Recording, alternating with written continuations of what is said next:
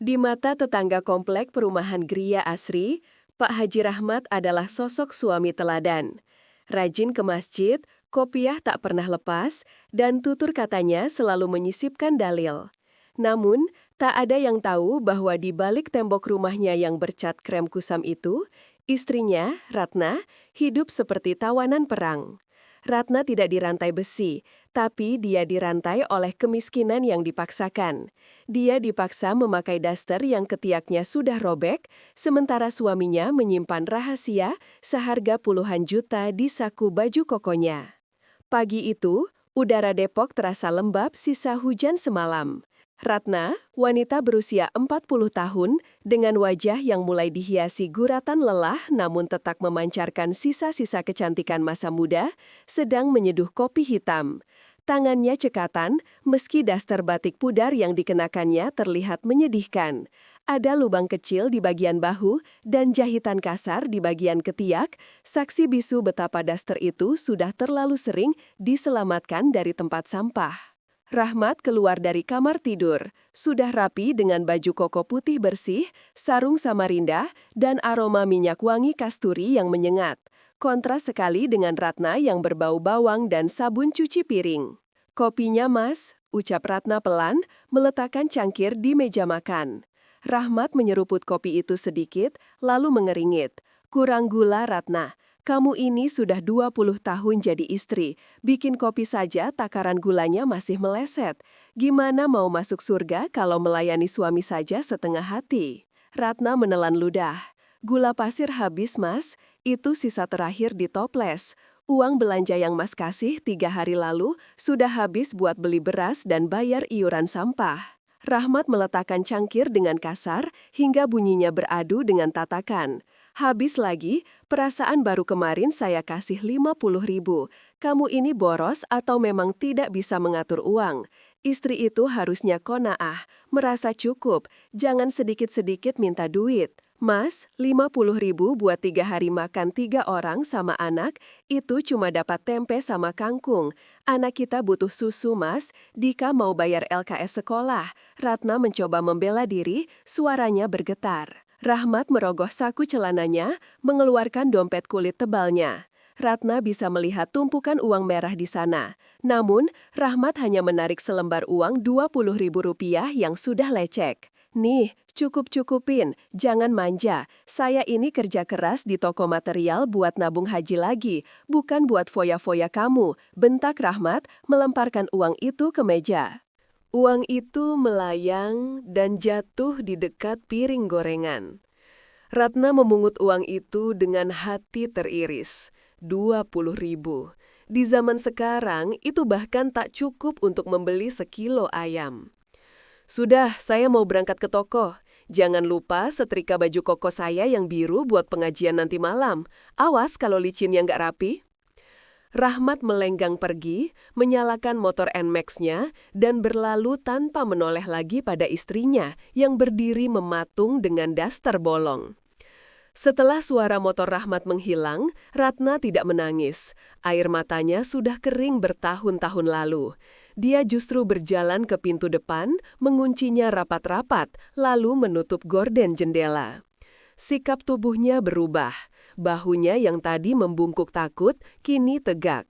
Wajahnya yang memelas berubah menjadi dingin dan penuh perhitungan. Dia berjalan ke kamar belakang, kamar yang selalu dia kunci dengan alasan gudang barang bekas, agar Rahmat tidak pernah masuk. Ratna membuka kunci itu. Di dalam kamar itu tidak ada barang bekas. Yang ada adalah tumpukan kardus rapi siap kirim, sebuah laptop menyala yang menampilkan grafik penjualan, dan 3 buah ponsel pintar yang berderet di meja kerja. Ratna duduk di kursi kerjanya yang nyaman. Dia mengambil salah satu ponsel yang terus berkedip notifikasinya. Halo Mbak Dinda, sapa Ratna, suaranya berubah tegas dan profesional. Iya, ini owner sambal Nyai Ratna. Bagaimana laporan penjualan bulan ini dari distributor Surabaya? Oke, omset tembus 300 juta, bagus. Segera transfer ke rekening yang biasa ya, jangan yang rekening bersama suami. Ingat, rahasia. Iya, Rahmat si suami pelit itu tidak tahu. Istrinya yang dia hina boros dan kampungan itu adalah pemilik brand sambal kemasan dan kerupuk kulit yang sedang viral di marketplace. Ratna menyembunyikan semua ini. Kenapa? Karena dia tahu tabiat Rahmat.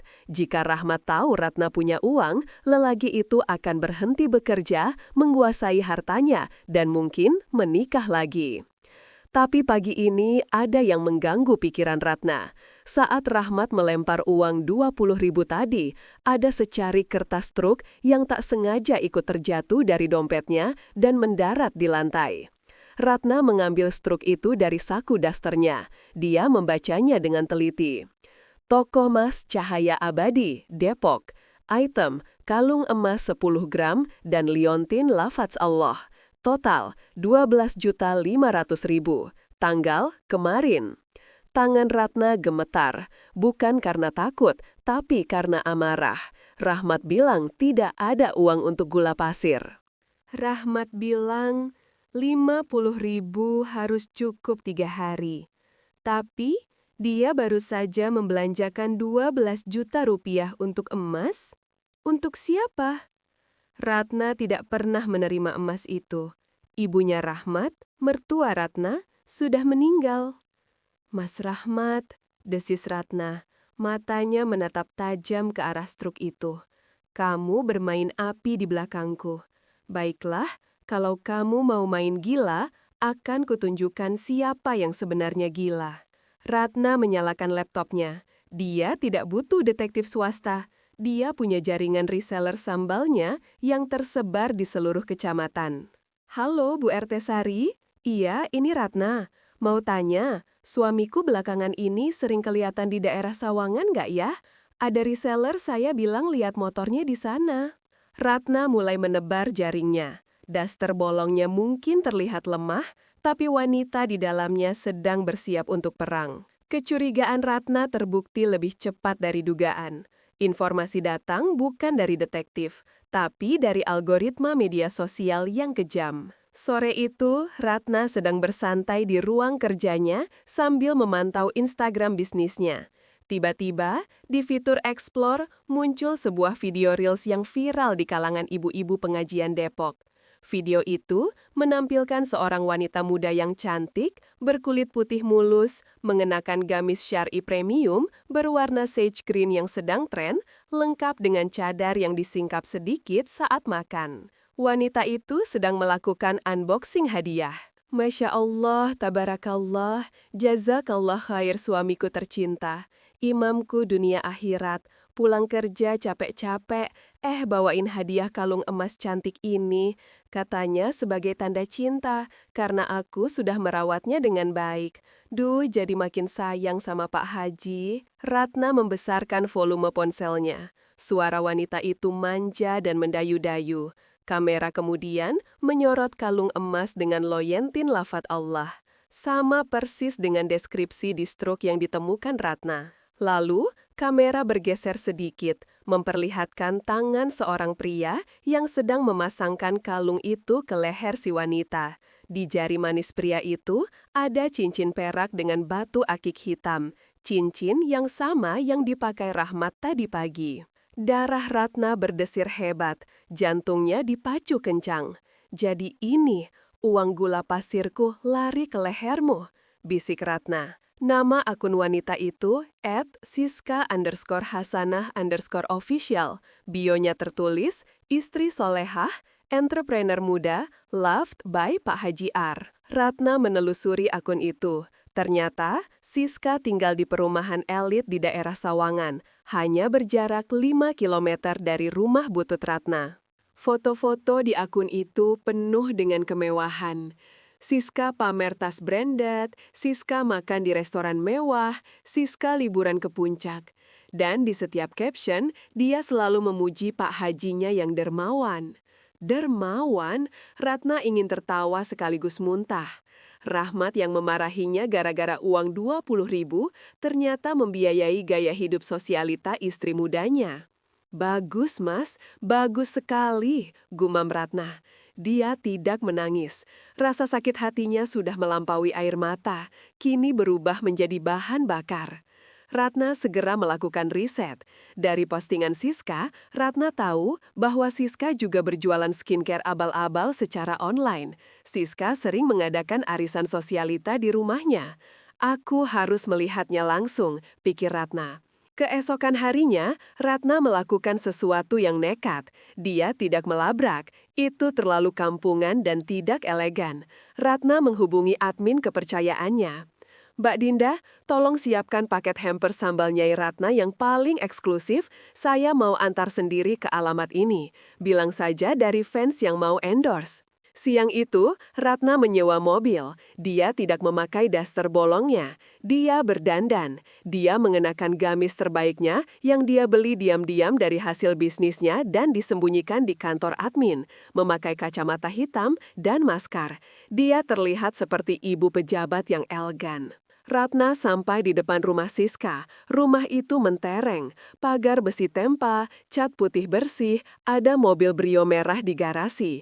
Kontras sekali dengan rumah Ratna yang catnya mengelupas. Ratna mengetuk pagar. Siska keluar. Aslinya memang cantik, masih muda, mungkin sekitar 28 tahun. Kulitnya hasil perawatan mahal, uang rahmat.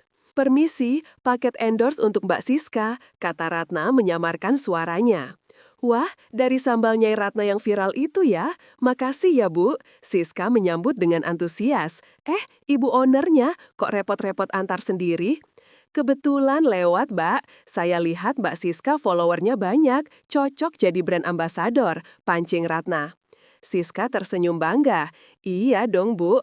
Alhamdulillah, rejeki istri solehah. Suami saya, Pak Haji Rahmat, juga dukung banget karir saya. Beliau kan pengusaha material sukses, tapi nggak ngekang istri." Ratna mengangguk-ngangguk di balik maskernya. "Wah, beruntung sekali. Suaminya pasti kaya raya ya, Mbak."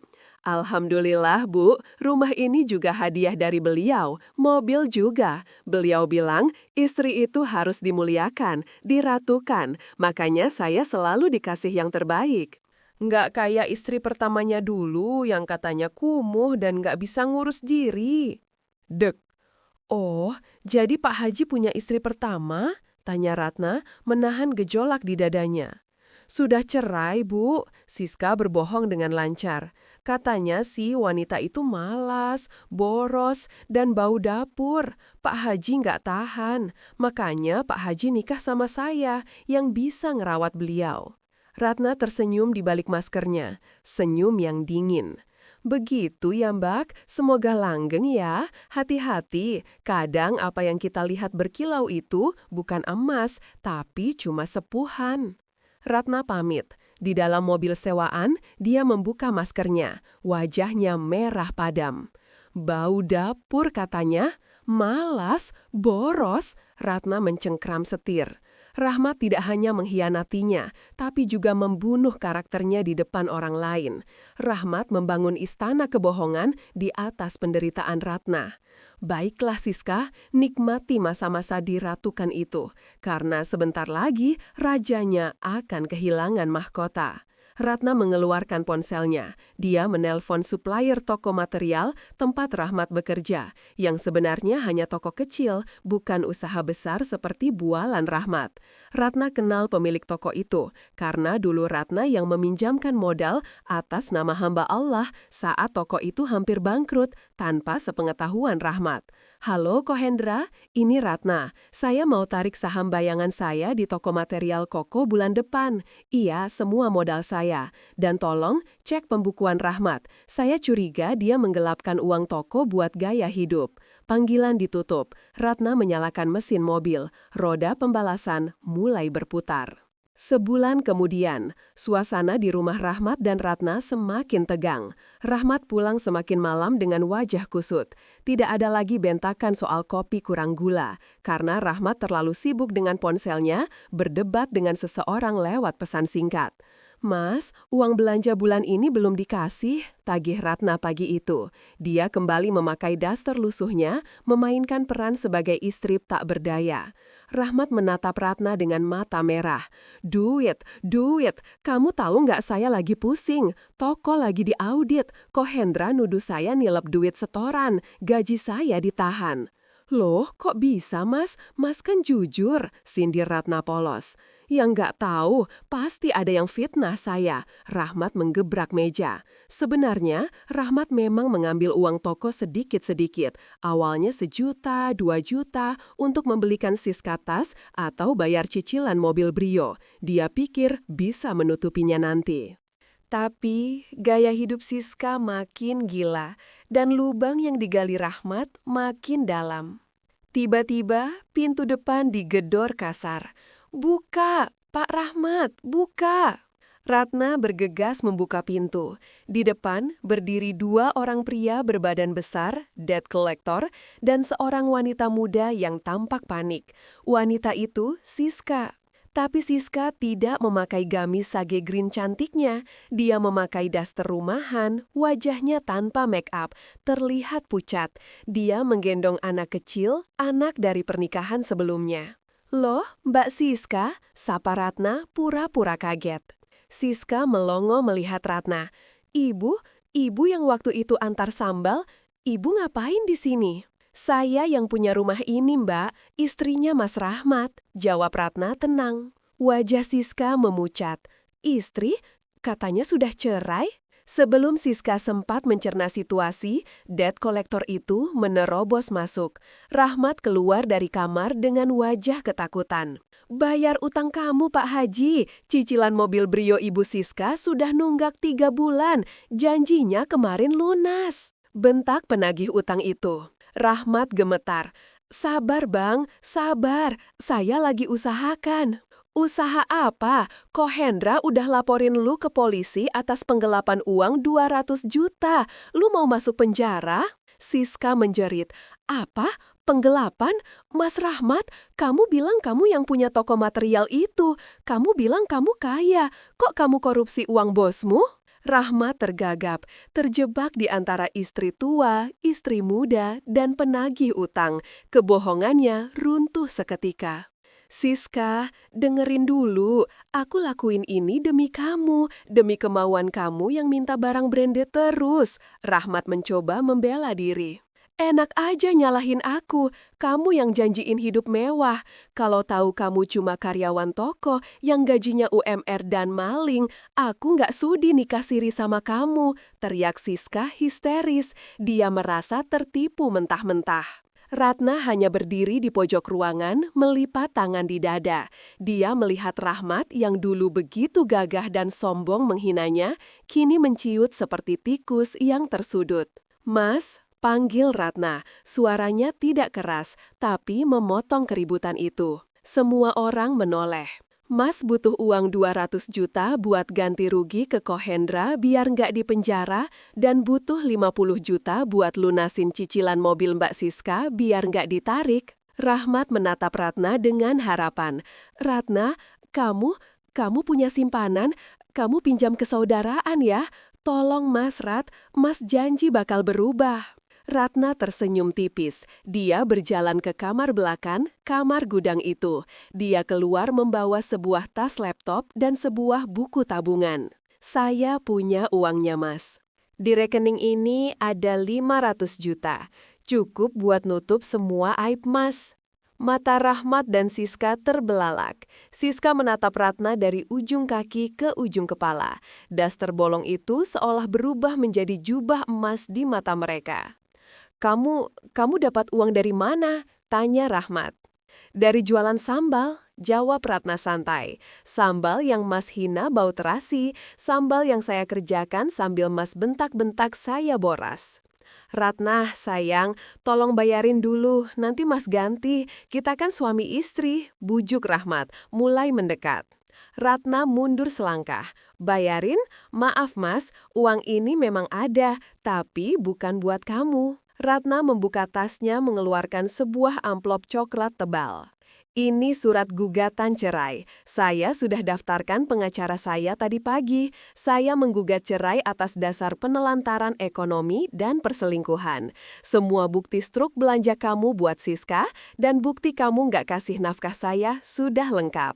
"Ratna, kamu gila. Suami lagi susah malah ditinggal," bentak Rahmat. Sifat aslinya keluar lagi. Suami, Ratna tertawa getir. Suami macam apa yang biarin istrinya pakai baju bolong sementara selingkuhannya mandi emas? Suami macam apa yang ngatain istrinya bau dapur padahal dapur itulah yang nyiapin makan dia? Ratna menoleh ke Siska. Dan buat Mbak Siska, maaf ya Mbak, Pak Haji kesayangan Mbak ini ternyata zong. Mobil Brio itu tarikan leasing, rumah ini juga masih ngontrak. Mas Rahmat nggak punya apa-apa selain gengsi. Siska menatap Rahmat dengan jijik. Dia melepaskan kalung emas di lehernya, kalung yang dibeli Rahmat, dan melemparnya ke wajah Rahmat. Ambil nih emasmu, palsu mungkin, dasar penipu. Mas, kita cerai, talak aku sekarang. Aku nggak mau hidup melarat sama koruptor. Siska berteriak, lalu menarik anak-anaknya keluar dari rumah itu. Dia pergi begitu saja, meninggalkan Rahmat yang hancur lebur. 1 tahun berlalu. Suasana di Pengadilan Agama Depok cukup ramai. Ratna keluar dari ruang sidang dengan langkah ringan. Di tangannya ada akta cerai yang sudah sah. Dia mengenakan setelan blazer batik yang elegan, wajahnya glowing terawat, dan dia mengendarai mobil Honda HR-V miliknya sendiri. Tidak jauh dari sana, Rahmat duduk di bangku taman pengadilan. Penampilannya menyedihkan. Dia kurus, kulitnya menghitam, dan dia memakai kaos partai yang sudah belel. Setelah dipecat oleh Kohendra dan harus menjual motor NMAX-nya untuk mencicil ganti rugi agar tidak dipenjara, Rahmat hidup luntang-lantang. Siska sudah menikah lagi dengan juragan tanah di Bogor. Rahmat kini bekerja serabutan, kadang jadi tukang ojek pangkalan, kadang jadi kuli angkut. Rahmat melihat Ratna. Dia hampir tidak mengenali mantan istrinya itu. Ratna terlihat seperti wanita karir sukses, bukan lagi Ratna daster bolong. Ratna, panggil Rahmat lirih mencoba mendekat. Ratna berhenti, menurunkan kacamata hitamnya. Dia menatap Rahmat tanpa rasa benci, tapi juga tanpa rasa cinta, hanya tatapan asing. Mas, Rahmat, apa kabar? Mas nyesel, Mas kualat, hidup Mas hancur setelah kalian pergi. Siska ninggalin Mas pas Mas gak punya duit. Mas sadar, cuma kamu wanita yang tulus nemenin Mas dari nol. Rahmat mencoba meraih tangan Ratna. Kita rujuk ya Rat, Mas janji bakal jadi imam yang baik, Mas bakal kerja keras buat kamu, Mas rela jadi sopir buat usaha sambal kamu. Ratna tersenyum tipis, lalu menarik tangannya. Mas, gelas yang pecah, kalau direkatkan lagi tetap akan melukai bibir yang meminumnya. Kepercayaan saya sudah pecah berkeping-keping. Tapi Rat, Mas masih cinta. Cinta? Ratna menggeleng. Mas Rahmat tidak pernah mencintai saya. Mas cuma mencintai diri sendiri. Mas butuh saya cuma buat ngurus rumah dan jadi tempat sampah emosi Mas. Dan Mas butuh Siska buat menuhin ego Mas biar kelihatan hebat. Sebuah mobil box berlogo sambal Nyai Ratna berhenti di depan lobi. Sopirnya turun membukakan pintu untuk Ratna. Maaf Mas, saya harus pergi. Saya mau meeting perluasan pabrik. Mas jaga diri baik-baik ya. Oh ya, daster bolong yang dulu sering Mas hina itu sudah saya bingkai di ruang kerja saya. Sebagai pengingat bahwa saya pernah sebodoh itu bertahan dengan laki-laki yang tidak tahu diuntung. Ratna masuk ke mobilnya. Mobil itu melaju meninggalkan Rahmat yang berdiri terpaku di trotoar panas. Rahmat merogoh sakunya. Hanya ada uang Rp5.000 dan sebatang rokok ketengan. Dia teringat, dulu dia melempar uang Rp20.000 ke Ratna dengan sombongnya. Sekarang, dia bahkan tidak punya uang untuk membeli makan siang yang layak. Dia kehilangan Siska si bidadari palsu. Dia kehilangan Ratna, si permata yang dia anggap batu kali. Di kejauhan, Ratna menatap jalanan di depannya. Langit cerah. Tidak ada lagi atap rumah yang bocor. Tidak ada lagi bentakan suami. Tidak ada lagi daster bolong. Yang ada hanyalah masa depan yang dia bangun dengan tangannya sendiri. Dia bebas, dia bahagia, dan dia menang.